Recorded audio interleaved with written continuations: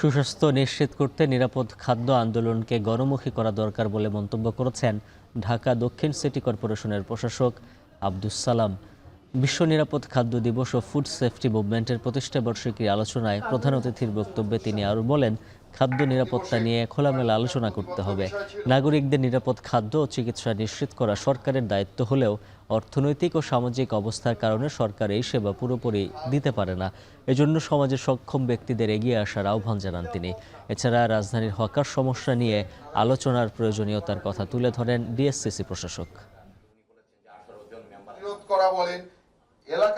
আমরা চাই যে ঢাকা শহরে আপনাদের এই মুভমেন্টটা যাতে আরো বাড়ানো যায় এবং এই মুভমেন্টটাকে গণমুখী করা যায়।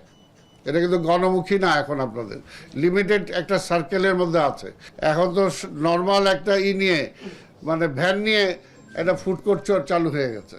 আমরা চাই যে হ্যাঁ তারা ব্যবসা করুক, কিন্তু সেই ব্যবসাটার জন্য আমাদের সে একটা সিস্টেমের মধ্যে আনতে হবে। কিছু সমাজ সচেতন মানুষ থাকবে যারা নিজেরা একা হইলেও লড়াই করে যাবে সমাজে।